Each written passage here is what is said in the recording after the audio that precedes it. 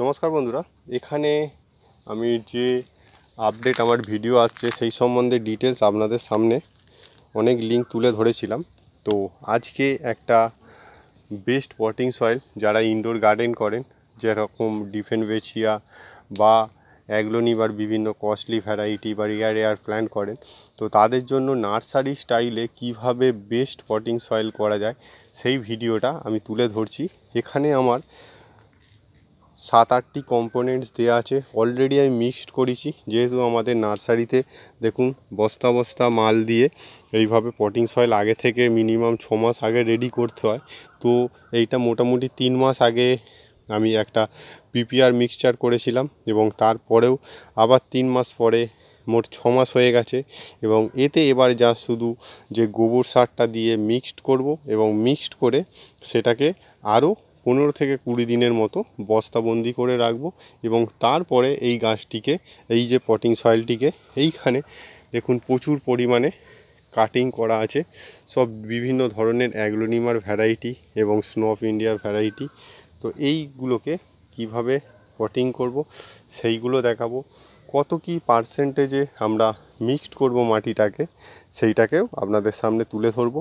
তো অনেক বন্ধুদের রিকোয়েস্ট আছে যারা বলেন যে হিন্দিতে করতে, তো একটা আমি বাংলাতে ভিডিও করছি এবং আরেকটি ভিডিও করব সেটা হচ্ছে হিন্দিতে, যাতে আমার যে হিন্দিতে যেসব ল্যাঙ্গুয়েজের বন্ধুরা আছে তারা যেন বুঝতে সুবিধা হয়। তো এইখানে আমি যে পটিং সয়েলটা করেছি এইগুলো বেসিক্যালি ইনডোর গাছের জন্য। ধরুন ইনডোর গাছকে যদি আপনারা এই ধরনের বুশি এবং গ্রোথ করতে চান, এটা লিপস্টিকের ভ্যারাইটি এবং গাছের গ্লেজ দেখুন কত সুন্দর। তো এই ধরনের যদি বুশি এবং গ্লেজ করতে চান কি কি টেকনিক অবলম্বন করতে হবে সেই সব ভিডিও দেওয়া আছে। এবং একে এবার আমি চেঞ্জ করে দেবো মাটিটা, তো তার জন্য একে কি পটিং সয়েল দিতে হবে সেটাও কিন্তু আপনাদের সামনে তুলে ধরবো। তো পটিং সয়েলটা কিভাবে তৈরি করব সেইটা দেখা যাক আগে। তো এইখানে আমার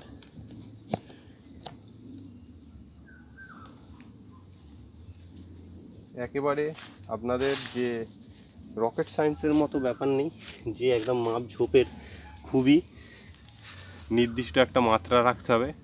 মোটামুটি আপনারা একটা মাত্রা রাখুন। এবং অ্যাগ্লোনিমার মাটির ক্ষেত্রে সবচেয়ে বেস্ট হচ্ছে রাইস হাঁস, যেটাকে বলা হয় ধানের চিটে। তো ধানের চিটে আমরা মিশিয়ে রেখেছি অলরেডি, এবং এটা হচ্ছে আপনাদের ধানের চিটে, এবং ধানের চিটে যেটাকে বলা হয় রাইস হাঁস, এটা মিশিয়ে রাখা হয়েছে অলরেডি। টেক্সচারটা দেখতে পাচ্ছেন। লিভ মোল্ড কম্পোস্ট এবং বার্ন রাইস হাঁস, এটা হচ্ছে আপনারা ছাইও ইউজ করতে পারেন। এটাকে আমি যে ধানের চিটেটাকে পুড়িয়েছিলাম, পুড়িয়ে সেইটাকে বার্ন রাইস হাঁস একটা ছাই তৈরি করেছি।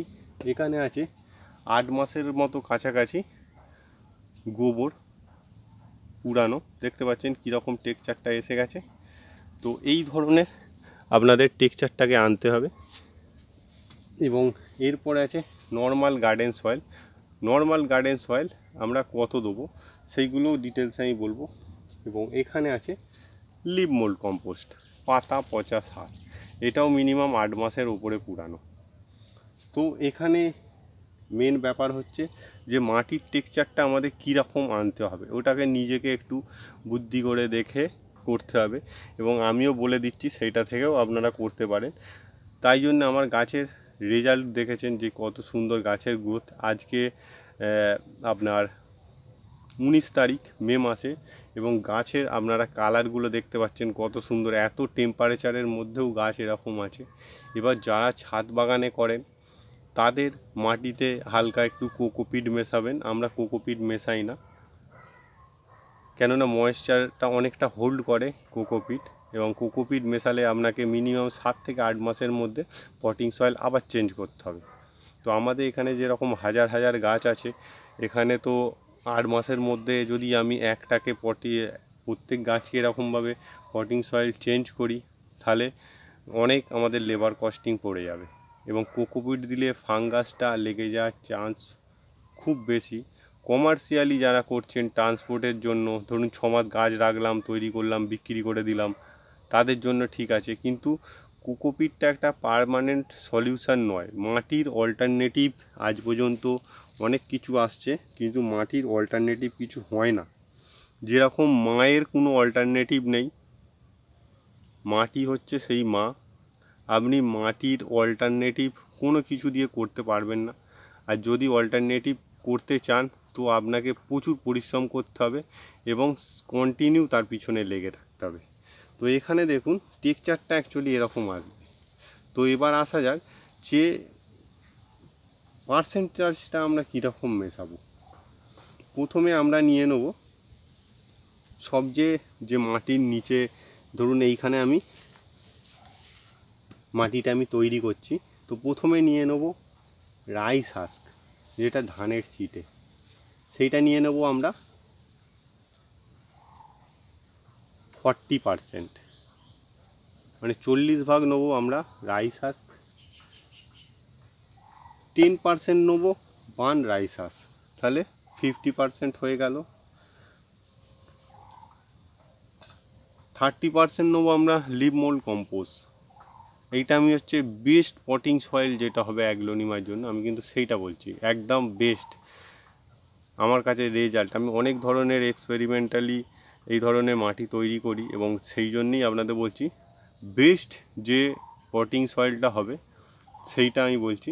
এবং আপনাদের কাছে যেগুলো ধরুন এর মধ্যে সহজে পাওয়া যায় না, যেমন রাইস হাস্ক বলুন, এখন পাওয়া যায় সব কিছু, গোবরটা খুব সহজে পাওয়া যায় না।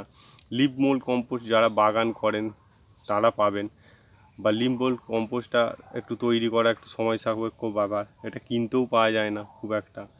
তো এইটার অল্টারনেটিভে আপনারা ভার্মি কম্পোস্ট অথবা আপনার যেটা সিটি কম্পোস্ট ওটা ইউজ করতে পারেন। তো এইটা নিয়ে নেবো আমরা 30%, তাহলে 50, 30, 80% হয়ে গেল। 20% আমরা নেবো, মোটে 20% আমরা নেবো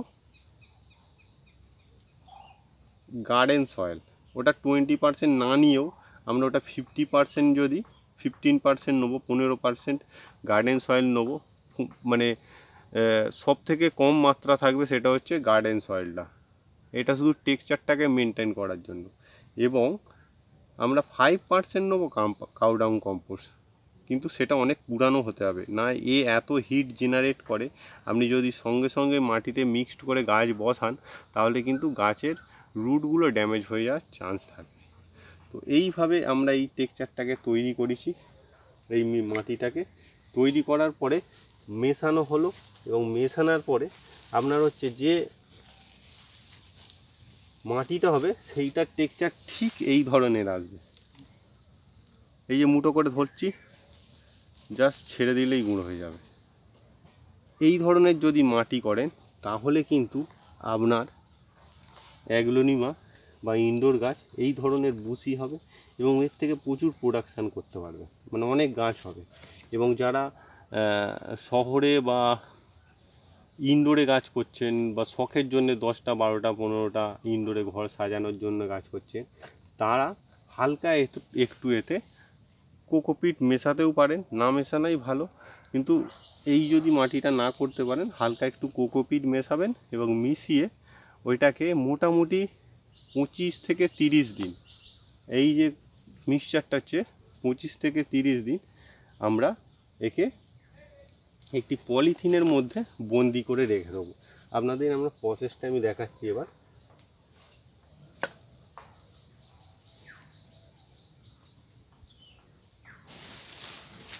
এইখানে আমার এই যে গোবর সার আছে,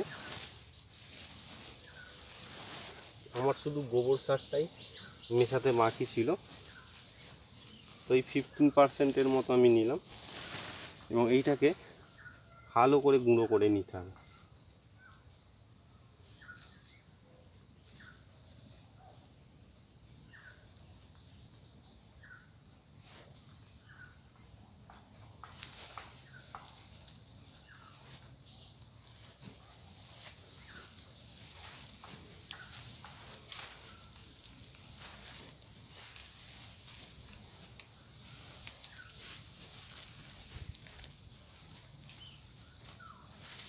এতেই কিন্তু আমরা সঙ্গে সঙ্গে গাছ বসাবো না, যতক্ষণ না গোবর সারের টেম্পারেচারটা একটা নির্দিষ্ট নর্মাল টেম্পারেচারে আসছে ততক্ষণ কিন্তু এতে কোনো ধরনের গাছ বসানো যাবে না।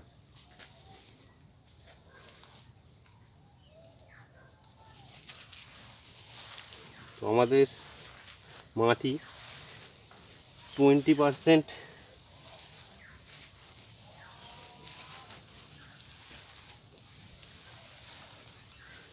এই যে রেডিটা হলো এটাকে আমরা বলবো 20% রেডি হয়েছে, এবং 80% মাটিটা সুন্দরভাবে রেডি হবে। এই যে প্লাস্টিক আছে এর ভিতরে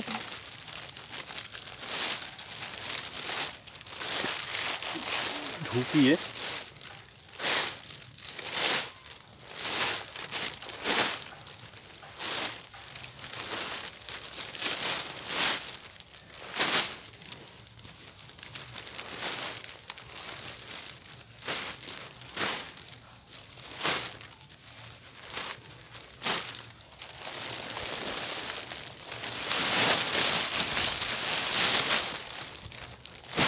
এইভাবে প্লাস্টিকের ভেতর ঢোকাতে হবে, ঢুকিয়ে হালকা এতে 1 মগের মতো আমরা এরকমভাবে জল দিয়ে দেবো। জল দেওয়ার পরে তারপরে এটাকে এরকমভাবে বেঁধে নেব, এবং বেঁধে নিয়ে এটা কি ছায়াযুক্ত স্থানে জাস্ট রেখে দেবো। এই যে মাটিটা তৈরি হলো এইটা মিনিমাম 10টা গাছ বসানো যাবে। তো আজকের মতো এখানে ভিডিওটা শেষ করছি। নমস্কার।